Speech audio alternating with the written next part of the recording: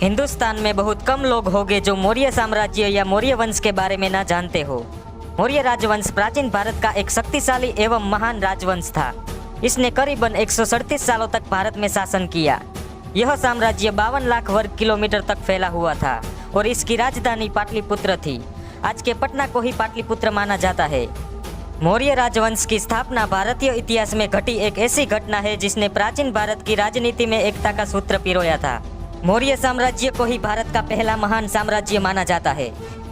तो आइए दोस्तों, अब जानते हैं कि कैसे उत्पत्ति हुई इस महान साम्राज्य की और किसने स्थापना की मौर्य वंश की।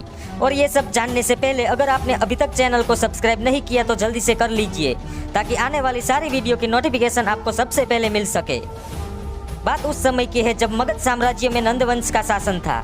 मगध एक शक्तिशाली साम्राज्य था और मगध पर धनानंद का शासन था।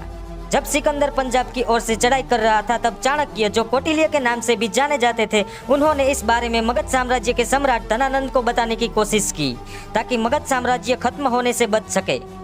लेकिन धनानंद ने चाणक्य का अपमान करते हुए कहा कि तुम एक पंडित हो और अपनी चोटी का ही ख्याल रखो। युद्ध करना राजा का काम है, तुम पंडित हो, सिर्फ पंडिताई करो। ये सब सुन के चाणक्य की चोटी खड़ी हो गई और उसने प्रतिज्ञा ली कि इस ससुरे धनानंद की खटिया ना खड़ी कर दूं तब तक ये चोटी खुली ही रहेगी। फिर चाणक्य वहां से खुली चोटी लेकर निकल गया। वो एक ऐसे वीर की खोज में था जो एक कुशल राजा बन सके, ताकि वे धनानंद को हराकर अपने अपमान का बदला ले सके और प्रजा को एक अच्छा राजा मिले। प्राचीन भारत छोटे छोटे गणों में बटा हुआ था। उस वक्त कुछ ही प्रमुख शासक जातियां थी जिसमें मौर्य का प्रभाव ज्यादा था। माना जाता है कि चंद्रगुप्त उसी गण प्रमुख का पुत्र था। चंद्रगुप्त में राजा बनने के सारे गुण थे। इसी योग्यता को देखकर चाणक्य ने चंद्रगुप्त को अपना शिष्य बना लिया और एक सबल राष्ट्र की नींव डाली, जो कि आज तक एक आदर्श है। चाणक्य ने चंद्रगुप्त को वो सारी ट्रेनिंग दी जो एक राजा के लिए जरूरी होती है। इसी दौरान चाणक्य ने पूरे भारत में अपने जासूसों का जाल बिछा दिया ताकि उसको गुप्त सूचनाएं मिलती रहे। माना जाता है कि भारत में सबसे पहले चाणक्य ने ही गुप्तचर रखने की शुरुआत की थी। मगध पर आक्रमण के दौरान चाणक्य ने मगध में गृह युद्ध को उकसाया। उसके गुप्तचरों ने धनानंद के अधिकारियों को रिश्वत देकर उन्हें अपने पक्ष में कर लिया। इसके बाद ससुरे धनानंद ने अपना पद छोड़ दिया और चाणक्य की जीत हुई।